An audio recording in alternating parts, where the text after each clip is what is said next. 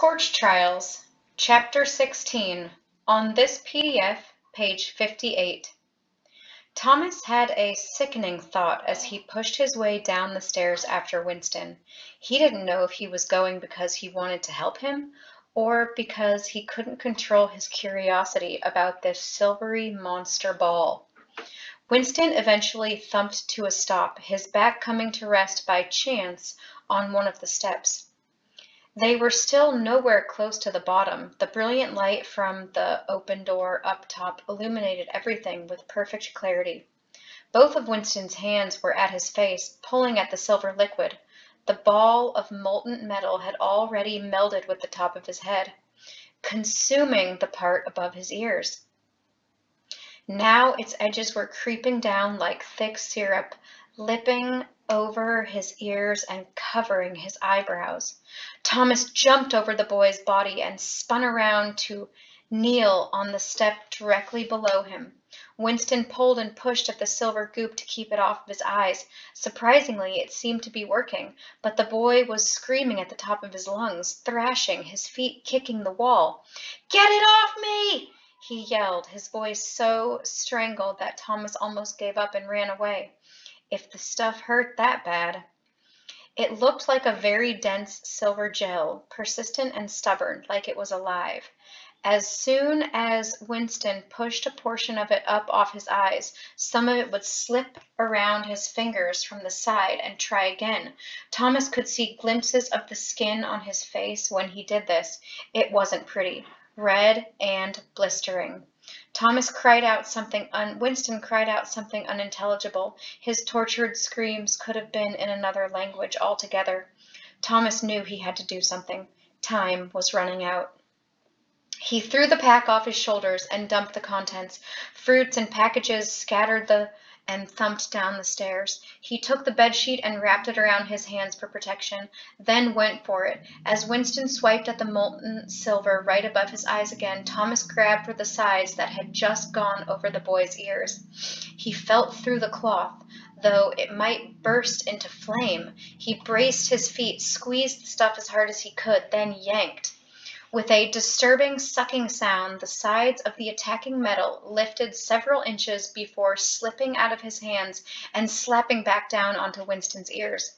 Impossibly, the boy screamed even louder. A couple of other gladers tried to move in to help, but Thomas shouted for them to back off, thinking they'd only get in the way. "We have to do it together!" Thomas yelled at Winston, determined to get a stronger hold this time. "Listen to me, Winston. We have to do it together. Try to get a grip on it and lift it off your head."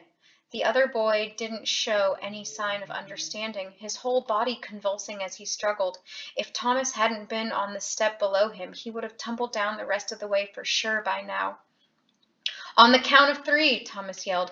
"Winston, on the count of 3. Still no sign he'd heard, screaming, thrashing, kicking, slapping at the silver. Tears welled up in Thomas's eyes, or maybe it was sweat trickling down from his forehead, but it stung, and he felt like the air had heated up to 1,000,000 degrees. His muscles tense, lances of pain shot through his legs. They were cramping. "Just do it!" he yelled, ignoring it all and leaning on it to try again. 1, 2, now! He gripped the sides of the stretching silver, felt its odd combination of soft toughness, then yanked once again up and away from Winston's head. Winston must have heard, or maybe it was luck, but at the same time he pushed the goop with his heels of his hands, like he was trying to rip off his own forehead. The entire mess of silver came off, a wobbly, thick, and heavy sheet of the stuff. Thomas didn't hesitate. He flung his arms up and threw the junk over his head and down the stairwell, then spun around on his heels to see what happened. As it flew through the air, the silver quickly formed back into a sphere, its surface rippling for a moment, then solidifying. It stopped just a few steps down from them, hovered for a second like it was taking a long and lasting look at its victim, perhaps thinking over what had gone wrong. Then it shot away, flying down the stairway until it disappeared in the darkness far below. It was gone. For some reason, it hadn't attacked again. Thomas sucked in huge gasps of air. Every inch of his body felt drenched with sweat. He leaned his shoulder against the wall, scared to look back at Winston, who was whimpering behind him. At least the screams had stopped. Thomas finally turned around and faced him. The kid was a mess, curled up into a ball, shaking. The hair on his head had vanished, replaced with the raw skin and spots of seeping blood. His ears were cut and ragged, but whole. He sobbed, surely from the pain, probably also from the trauma of what he'd just been through. The acne on his face looked clean and fresh compared to the raw wounds on the rest of his head. "You okay, man?" Thomas asked, knowing it had to be the dumbest question he'd ever spoken aloud. Winston shook his head with a quick jerk. His body continued to tremble. Thomas looked up to see Minot and Newt and Eris and all the other gladers just a couple of steps above them, all staring down in complete shock. The brilliant glare from above shadowed their faces, but Thomas could still see their eyes, wide like the cat's stunned by a spotlight.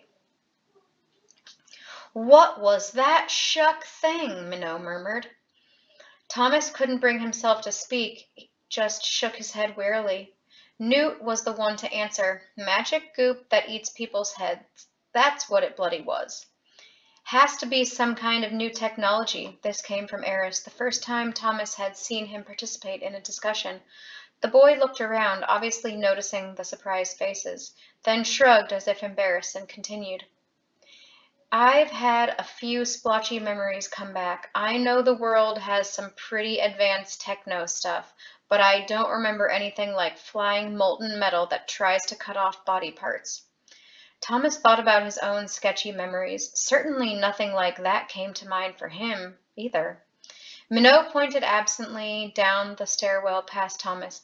"That crap must keep gelling around your face, then eat into your flesh, off your neck until it cuts clean through it. Nice. That's real nice. Did you see?" "Thing came right out of the ceiling," Frypan said. "We better get out of here. Now." "Couldn't agree more," Newt added. Minot glanced down at Winston with a look of disgust, and Thomas followed his gaze. The kid had quit shaking, and his sobs had calmed to a stifled whimper, but he looked awful, and was surely scarred for life. Thomas couldn't imagine hair ever growing back on the red, raw mess of his head. "Frypan, Jack," Minot called out. "Get Winston on his feet. Help him along. Eris, you gather the clunk he dropped. Have a couple of guys help you carry it. We're leaving. I don't care how bright or brutal that light up there is. I don't feel like having my head turned into a bowling ball today." He turned around without waiting to see if people followed his orders. It was a move that, for some reason, made Thomas think the guy would end up making a good leader after all. "Come on, Thomas and Newt," he called over his shoulder. "The three of us are going to go through first." Thomas exchanged glances with Newt, who returned a look that had a little fear in it but was mostly full of curiosity. An eagerness to move on. Thomas felt it himself, and hated to admit that anything seemed better than dealing with the aftermath of what happened to Winston. "Let's go," Newt said, his voice rising on the second word, as if they had no choice but to do what they were told. Though his face revealed the truth, he wanted to get away from poor Winston just as much as Thomas did. Thomas nodded and carefully stepped over Winston, trying not to look at the skin on his injured head again. It was making him sick. He moved to the side to let Frypan, Jack, and Eris past him to do their jobs, then started up the stairs, 2 at a time, following Newt and Minot to the top, where it seemed like the sun itself waited just outside the open door.